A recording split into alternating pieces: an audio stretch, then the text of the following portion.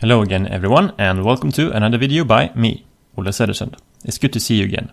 If you have any questions or comments, feel free to leave them down below and I will get to them as soon as I can. Now, it's been a while since my last video, and I'm sorry for that. I've been a bit hesitant to include personal stories from my life in these videos, and that's the main reason I've been procrastinating. So I've decided to put them in part 3 of the Heart's Code and instead focus this part 2, completely on the studies done that support this message. These studies are actually not that new, since the book was published about 17 years ago back in 1999. I haven't been able to find more recent studies, but that's mostly because I haven't been looking too hard though. Because the ones that I will talk about are more than enough in my opinion. At least enough to prove that something is going on here that most of us are not aware of. Paul Pearsall uses a famous quote by psychologist William James, where he said, "If you wish to upset the laws that all crows are black, it is enough if you prove one single crow to be white." So if only one of the stories I talked about in part 1 are true, or if only one of the studies I'm about to talk about are accurate, that is enough to prove a very big point. And that is that there is much more to life than just biochemistry. This leads us to one of the most important distinctions when looking through all of these studies, which is the subject of vitalism versus mechanism. Vitalism looks at the body as having an energy that flows through it, and all of life really. This energy is then considered vital for understanding how our bodies work. Vitalism has traditionally been a much more accepted theory than it is today. Even just 100 years ago, it was common belief among modern scientists. This has then been rejected almost completely by Western medicine since then, which has adopted a completely mechanistic view of the body. The body has parts that work in isolation and have no real intelligence or energetic communication within itself or with other bodies. Now, no one can deny the mechanistic qualities of the human system. We have proven it to be a fact. But what if there's more to the story? Paul Pearsall speculates that there may be a fifth force of energy, apart from the 4 known ones of course, that he has called L or life energy. This force could be considered equal to what has been used in many science fiction worlds and fantasy worlds that most of us are familiar with. Whether it's mana or the force or whatever you want to call it, many of us love to fantasize about what else is out there. But what if it's actually a lot simpler than we think? What if we have simply forgotten through our intellectualization of the world? We're trying to describe something here objectively that can only be experienced subjectively. It's my understanding that animals know about this energy force, and to them it is completely natural to listen to their hearts and their instincts. One such study that I found interesting describes what is called the 100th monkey phenomenon. In the late 70s, on the outer islands of Japan, the Japanese government maintained small colonies of monkeys in order to study their habits. A young female monkey named Ima discovered how to clean dirt from sweet potatoes by dunking and washing them in a stream.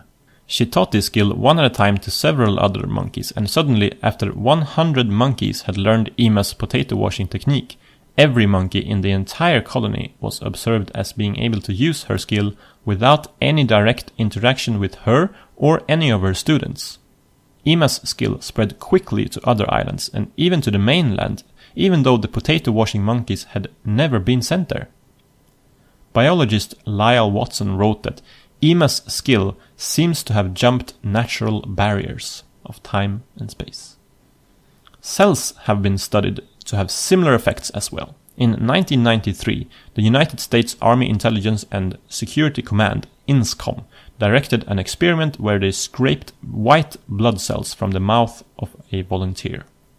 They then took these cells into another room and showed the volunteer a television program with many violent scenes. When the volunteer watched the scenes of fighting and killing, they could detect extreme excitation in the mouth cells, even though they were in another room altogether. Repeated experiments showed the same results, even when the donor and cells were separated by up to 80 kilometers, which is about 50 miles, and up to 2 days afterwards. And so the cells seem to still be connected to the donor somehow. Another study suggesting a life force yet undetected was done at PEAR, the Princeton Engineering Anomalies Research Program at Princeton University. They have done at the time of this book's writing, over 1 million trials assessing the impact of this L energy. One of the things they looked at was if we can influence a machine's random number generator. This generator is designed to generate ones and zeros at a rate that will eventually be exactly 50% each. The participants were then asked to try to manipulate these numbers in one way or the other, and they showed a small but statistically significant impact on the RNG. 2 people working together showed an even stronger impact on it, and the strongest impact was achieved by male-female pairs who reported that they were bonded or in love. Other things they observed over the years were things like changing the rhythm of a computer-controlled drum just with their intent, or changing a pendulum's pattern, or making a robot look like a frog just by thinking it. The PEAR staff reports that the odds of chance explaining such occurrences are 1 in 1 billion. The staff have not been able to explain how people are doing this, but they are sure that people are doing it. They say they are, quote, very far from not only answers to what is going on, but also from knowing exactly what questions to ask. Some clues are that people seem to be varying degrees of good at influencing these machines. They say that at first most people get the effect, however small. Then it almost always reduces significantly. If they try harder and harder, they become frustrated and the effect remains elusive. If they just let it happen, relax, have fun, and gently encourage and tease the machine into cooperating, the effect returns and is often even more pronounced. One of the most successful women at connecting with the machine simply sat next to it, decided in which direction she wanted the random numbers to begin to change into, and then ate a snack of vanilla yogurt and bread. They almost thought it was the vanilla yogurt that caused it. Another study was done by Dr. Bernard GRAD at MCGILL University in Montreal. He wanted to know if psychic healers had real energetic effects upon his patients, or if it was just their charisma that was helping their patients. And so he studied the healers' effect on plants, because they have no way to be fooled by charisma or similar effects. He then created so-called sick plant patients by using salty water to retard their growth. He then had a healer hold a sealed container of salt water, which was later used for germinating the seeds. The healer's water helped the seeds grow significantly better than the control group with just regular salt water. He then had his depressed patients hold containers of water, and the seeds watered by them showed a suppressed rate of growth. Now, Paul Pearsall argues that if individual cells and seeds can be influenced by these things, then why not our own cells and thereafter our whole bodies? This can explain the stories that I talked about in part 1 of this video series. He also argues that because the heart's electromagnetic field is 5,000 times more powerful than that of the brain, it is likely that the heart is our greatest transmitter and receiver of this undiscovered subtle energy.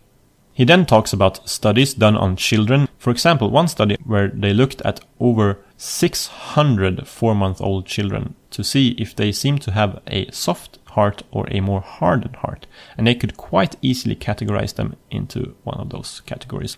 And this seemed to carry over well into adulthood. He actually spent several pages on this study, but I'm just mentioning it quickly so the video doesn't get too long. He also mentions the similarity between cardio contemplation, which is basically heart thinking or heart awareness, and meditation, and how you can use it to connect to your own heart or to other hearts. There are also studies showing the benefits of connecting to your loved ones, like regularly spending quality time together either through meal times or holding hands for prayer or through other means. And now finally, to summarize this video, I will simply say all of these studies and stories seem to point towards something, right? That there's something here we don't yet fully understand, but we can definitely make some educated guesses. I will let you all make your own conclusions based on the information I've provided so far. And now, I will end this video with a quote from an unnamed American Indian shaman who told this to Carl Jung many years ago. He said, "White men with their wrinkled faces and constant anger were so cruel and murderous because they thought with their heads. Whole, healthy people think with their hearts." Thanks for watching, guys, and I'll see you again in another video.